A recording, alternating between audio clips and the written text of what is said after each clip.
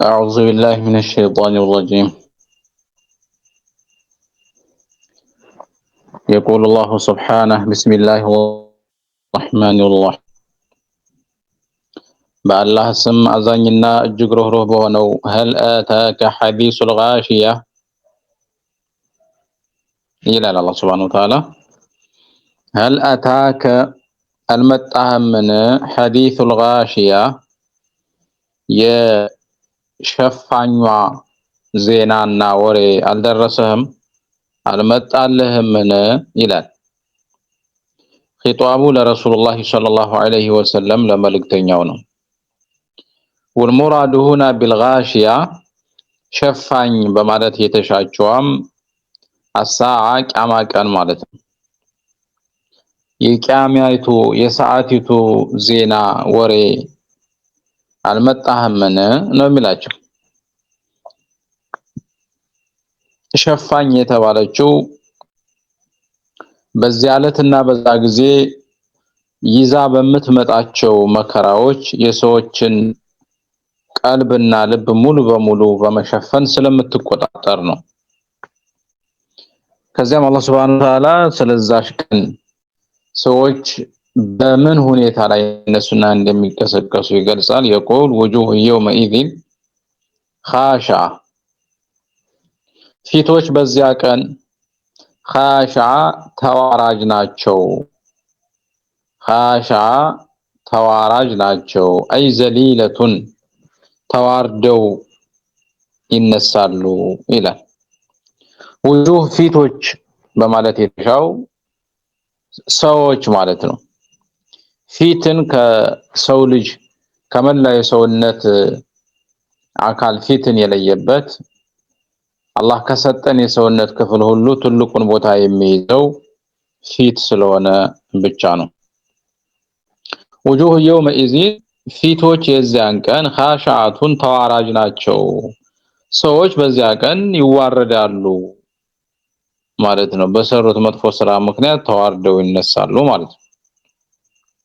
عاملة ناصبة እነዚህ ፊቶች عاملة ሰሪዎች ናቸው።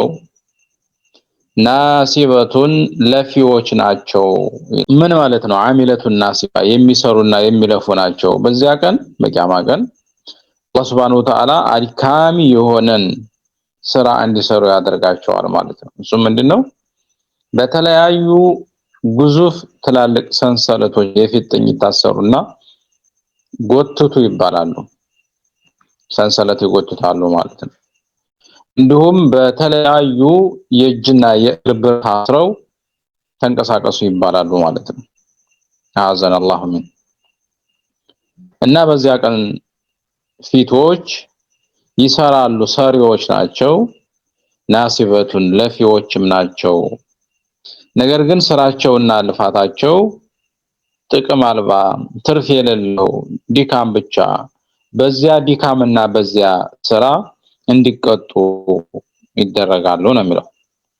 ይህ አንደኛው የሙፈሲሮች እይታ ሲሆን عاملة ناصبة ማለት በዱንያ يعني الذين عاملوا ونصبوا في الدنيا على غير دين الإسلام ከእስልምና ሃይማኖት ውጭ አውታትን በማምለክ የተለያዩ መጥፎ ስራዎችን በመስራት ውስጥ ባደረጉት ስራ ዲካም ተዓብ ምንም ነገር ስለማይከፍላቸውና ሰዋብ ስለማያገኙ በዛ ጊዜ የሰሩት የነበረው ተዓቡ ዲካሙ አሁንም እንዳለና እንደቀጠለ ጭምር ይሰማቸዋል ማለት ነው። ምክንያቱም በሰሩት ስራ በልፋታቸው ተውሂድ የኸይር ስራዎች ሁሉ መሰረት የሆነውን አቂዳ ሷሂሃ ስላልያዙ ስለማይመነዱ ማለት ነው። وقدمنا الى ما عاملوا من عمل فجعلناه هباء منثورا እንደሚባለው ተስላ ናራን ሐሚያ እነዚህ ፊቶች ተስላ ናራን እሳትን ትገባለች ሐሚያ ተኳሳ የሆነችን ይላል። እጅግ በጣም የምትተኩስ እሳትን ይገባሉ። ተስላ ቢደሚታይ ቱስላ ቱስቃ እንደተባለው ቅራአት አለ። ቱስቃ ሚን ዐይኒን አንያ ይጋታሉ ሚን ዐይን ከምንጭ አንያ እጅግ በጣም የፈላ ከሆነው እጅግ በጣም የፈላ ከሆነ ምንጭ ይጋታሉ ወደው ሳይሆን ተገደው ይጋታሉ ይላል። ለይሰ ለሁም ጧዓሙን ኢላ ሚን ضሪዕ እንዲሁም ለነሱ የላቸውም ለይሰ ለሁም ጧዓሙን ምግብ የሚመገቡት በጀሃነም ውስጥ ኢላ ሚን ضሪዕ ضሪዕ የሚባል ምግብ እንጂ ለነሱ የላቸውም። ضሪዕ ማለት ከማ ቃለ ኢክሪመቱ ወቀታዳ ነብቱን ዙ ሸውኪን ላጢኢን ቢልአርድ ቱሰሚህ ቁረይሹን አሽብሪቅ መሬት ላይ ተለጥፎ የሚኖር እሾሃማ የሆነ በጣም የሚመር በጣም የሚመረግግ የምግብ አይነት ነው ضሪዕ የሚባለው ማለት ነው። እሱን ነው እንዲበሉ የሚደረጉት። እንደ ምግብ ከተወሰደ እሱን ነው የሚበሉት ማለት ነው። እሾሃማ ነው።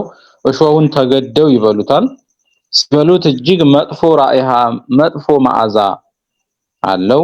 ይመራል፣ ይመረግጋል። እሱን እንዲበሉ ይደረጋሉ ማለት ነው። ከዛ ደግሞ በላዩ ላይ በጣም ተኳሳ የሆነን ምንጭ ጠጡ በሚል እንዲጋቱ ይደረጋል ማለት ነው። በጣም በውሃ ጥም ተቃጥለው ይህንን ተኳሳና የፈላ ውሃ ሲጋቱት በሆዳቸው ውስጥ ያለውን እንዳለ ጠራርጎ ወደታች ይዞት ይወጣል ማለት ነው። ላ ዩስሚኑ ወላ ዩግኒ ሚን ጁዕ አይነድንም ወይም አያወፍርም። ወላ ዩግኒ ሚን ጁዕ ከረሃብ አያብቃቃም። ضሪዕ የሚባለው ምግብ እንደ ምግብ የተገበውን ሰው አያወፍርም። ወላ ዩግኒ ሚን ጁዕ ከረሃብም አያድንም አያብቃቃም። ይዘን በጀሃነም ውስጥ በውሃ ጥም እንደሚሰቃዩት ሁሉ በዛው ልክ ደግሞ ምን አለ? ረሃብ አለ። ረሃብን ብለው ረሃባቸውን ለማስወገድ ضሪዑን ሲበሉት ምሬቱና መመርገጉ መጥፎ ራኢሃው እነሱን እዚያ ልክ ያሰቃያቸዋል ማለት ነው። ውጁሁ የውመኢዚን ናዒማ ይህ የሙሽሪኮች የሩሱሎችን ሪሳላ ያልተቀበሉ ሰዎች መጨረሻ ነው። ከዚያም ከዚህ በኋላ ባሉት አናቅጾች ደግሞ ثم وصف أهل الجنة የነዚህን ተቃራኒ ይገልጻል። ምን ይላል? ውጁህ የውመኢዚን ናዒማ ፊቶች በዚያ ቀን በቂያማ ቀን የሚቅሉ ናቸው። አላህ በጸጋው ያቀማጥላቸዋል። ናዒማ ፊ ኒዕመቲን ወከራማ ማለት ነው። ልዩ በሆነ ጸጋና ልዩ በሆነ ክብር ውስጥ ናቸው። አላህ አሞናድሎ ይይዛቸዋል። ሊሳኢሃ ራዲያ በዱንያ ሰርተውት ላለፉት ስራቸውም ተደሳቾች ናቸው። ዱንያ ላይ በነበራቸው ኢማን፣ ዱንያ ላይ በነበራቸው አመለን ሷሊህ፣ ዱንያ ላይ ባሳለፉት ከሸር ከወንጀል መራቅ ዛሬ በሚሰጣቸው ከጌታቸው በኩል በሚቀርብላቸው ወረታ ደስተኞች ናቸው። ደስ ብሏቸው ያለምንም ቅሬታ ህይወትን ይጀምራሉ ይላል። ፊ ጀነቲን ዓሊያ ከፍ ባለችዋ ጀነት ውስጥ ናቸው። ፊ ጀነቲን ዓሊያ ከፍ ያለች ከሂሲ አንፃር ጀነት ያው ከሰባት ሰማይ በላይ ነች። ስለዚህ ከፍ ያለች ማለት ዛቷ የምትኖርበት ቦታ ከዓለማት ሁሉ ከፍ ያተደረገች ማለት ነው። ወይም ደግሞ ቀድሯና ደረጃዋ ከማንም በላይ ከፍ ያለ ደረጃ ያላት ማለት ነው።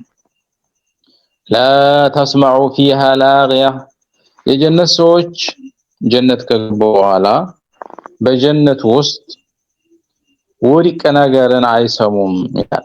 ላ ተስመዑ ፊሃ በጀነት ውስጥ አይሰሙም ላግያ ውድቅ ነገርን፣ ውሸትን፣ ቀልብ የሚሰብርን አይሰሙም። ፊሃ በጀነት ውስጥ አይኑን ጃሪያ ፈሳሽ ምንጮችም አሉ። የሚፈሱ የማይቋረጡ የማይደርቁ ምንጮች አሉ ይላል አላህ Subhanahu Wa Ta'ala። በሱረቱ መሐመድ ላይ እንደሚገለጸው በጀነት ውስጥ የተለያዩ ፈሳሽ ወንዞች አሉ። ከማር የሚፈስ ወንዝ አለ፣ የወተት ወንዝ አለ፣ የኸምር የጠጅ ወንዝ አለ፣ የውሃ ወንዝ አለ፣ የወተት ወንዝ አለ።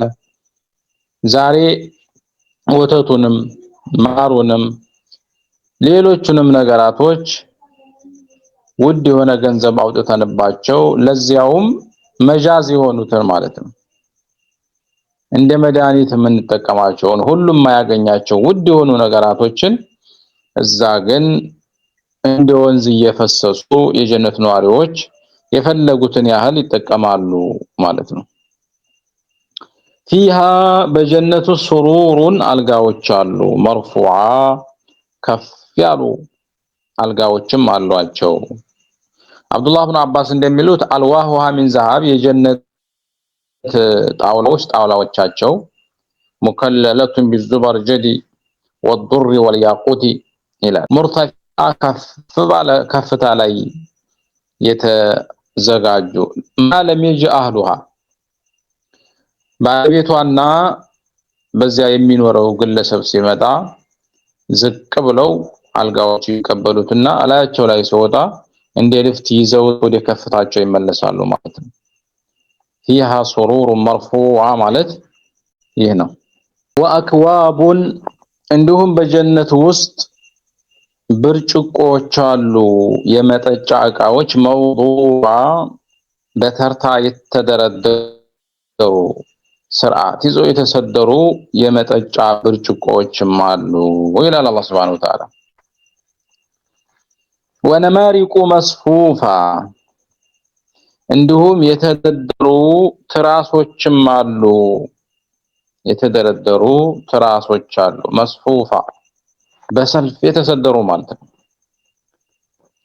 ወዘራቢዩ መብሱሳ የተነጠፉ ስጋጃዎችም አሉ፣ ምንጣፎች ማለት ነው። ልዩ ከሆኑ ነገራቶች የተሰሩ ስጋጃዎች በጀነት ውስጥ ተነጥፈው የሚገቡ ሙእሚኖችን ይጠባበቃሉ ማለት ነው። መብሱሳ መብሱጣ የተዘረጋና የተነጠፈ ማለት ነው። ወኪለ ሙተፈሪቀተን ፊል መጃሊስ በተለያየ የመቀመጫ ቦታ ላይ የተበተኑ ማለትም ነው ተብሏል። فلا ينظرون አያዩም እንዴ እነዚህ የመካሃዲያን ኢለል ኢቢሊ ወደ ግመል ከይፈ ኹሊቀት እንደተፈጠረች አላህ እንዴት አድርጎ እንደኸለቃት ግመልን አያዩም። የግመል አፈጣጠር ከአብዛኞቹ እንስሳዎች ይለያል።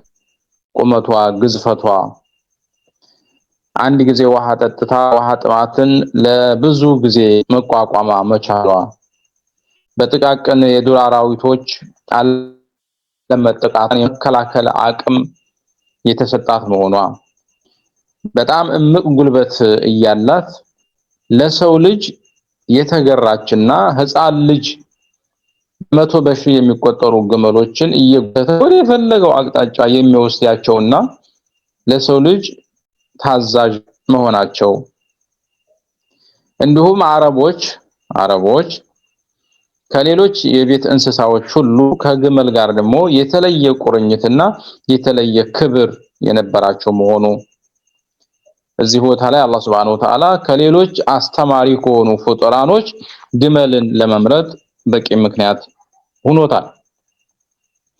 ወደ ግመል አይመለከቱም እንዴት እንደፈጠርናት ይላል። ወኢለ ሰማኢ ከይፈ ሩፊዓት ወደ ሰማይም አይመለከቱም እንዴት ከፍ እንደተደረገች ይላል። ያለ ምሰሶ ለዘመናት እንዳቆምናት አይመለከቱም። ግመልን በዚህ ልዩ አፈጣጠሯ ያስገኘ ሰማይን በዚህ መልኩ ከፍ አድርጎ የገነባ ከፍ ያደረገ ጌታ በጀነት ውስጥ የተጠቀሰውን ጸጋና ኒዕማ ለጀነት ነዋሪዎች ማቅረብና ማዘጋጀት ይከብድበታልን ነው። ወኢለል ጅባሊ ከይፈ ኑሲበት ወደ ተራራዎችም አያዩምን ይላል። ከይፈ ኑሲበት እንዴት ተተከለች نسبت على وجه الأرض مرصعة لا تزول ከዚህ በስተፊት እንዳልነው አላህ Subhanahu Wa Ta'ala መሬትን خلቀና ከዛ መሬትን ሲዘረጋትና ስትነጠፍ አረገረገች ከዛም አዎችን ከሰማይ ወደታች እንደሚስማር በመልቀቅ ቸክለው እንዲይዟትና እንዲወጥሯት አደረገ ማለት ነው። እና ተራራዎችን ምን ያህል ጥቅም እንዳላቸውና በአላህ Subhanahu Wa Ta'ala መሬት እንዳታረገርግ ወጥረው እንዲያዙ አይመለከቱም። ይሄን ያደረገው ማን ይመስላችኋል? አላህ አይደለም? وإلى الأرض كيف سطحت ወደ ምድርም አይመለከቱም። كيف سطحت እንዴት ተዘረጋች እንዴት አድርገን እንደዘረጋናት። ስለዚህ هل يقدر أحد أن يخلق مثل الإبل أو يرفع مثل السماء أو ينسب مثل الجبال أو يسطح مثل الأرض غيري እንደ ግመል ወይ ግመልን ራሷን መخلቅ የሚችል እንደኔ ሰማይን ከፍ የሚያደርግ እንደኔ ተራራዎችን ከላይ ወደታች ለመሬት ሽካል አድርጎ የሚያቆም መሬትን ይዘረጋ አለን? የለም። ይህ ሁሉ ሙሉ አቅምና ችሎታ ለኔ ብቻ በመሆኑ የሚስማሙ ከሆነ ከሞቱ በኋላም ቀስቅሼ የተነገረውንና የተዘከረውን የጀነት ህይወት የጸጋ ህይወት ማኖር የሚችል መሆኑ ምን ጥያቄ አለው? እንላችሁ አላህ Subhanahu Wa Ta'ala ማለት ነው። فذكر انما انت مذكر ገስጽ አንተ አስታዋሽ ብቻ ነህ ወይም ገሳጭ ብቻ ነህ ይላቸዋል ረሱል አለይሂ ሰላቱ ወሰለም። ذكر إذ يا محمد انما انت مذكر ያ ተሐላፍትና ያንተ ስልጣን ሰዎች አስታውስ لست عليهم بمسيطر በእነሱ ላይ ተሿሚ ማለትም አስገዳጅ ግን አይደለህም። لست عليهم بمسيطر أي بمسلط فتقتلهم وتكرههم على الإيمان ለተላቸው እንዲያምኑ ታስገድዳቸው የተሰጠ ስልጣንም ኃላፊነትም የለም። ማስተዋወስ ነው ያለብህ እሱን ያደረክ ቀጥል አላቸው። ከዚያም አላህ Subhanahu Wa Ta'ala ባዕድን መዲና ከገቡና ካረፉ በኋላ ወቃቲሉ المشركين ካፋ በሚለው ነፍኸ ተደራ ማለት ነው። ረሱላህ ሰለላሁ ዐለይሂ ወሰለም في آخر عمره ሙዘክር ብቻ ሳይሆኑ ያላመነን የመጋደል የጂሃድ ህግ መመሪያ ሆኖ ሲወርድ እስከ መጋደል ስልጣን የተሰጠባቸው የታዘዙበት ሁኔታ ነበረ። ስለዚህ فذكر انما انت مذكر የሚለው መንሱኽ ነው አታስገድድም የሚለው ማለት ነው። ማስገደድ ማለት ግን አንድ ሰው ካልፈለገ አላህ ሂዳውን ካልሰጠው እንዲሁ አንተ በጉልበት እንዲያምን የማድረግ ስልጣን አለ ለማለት አይደለም።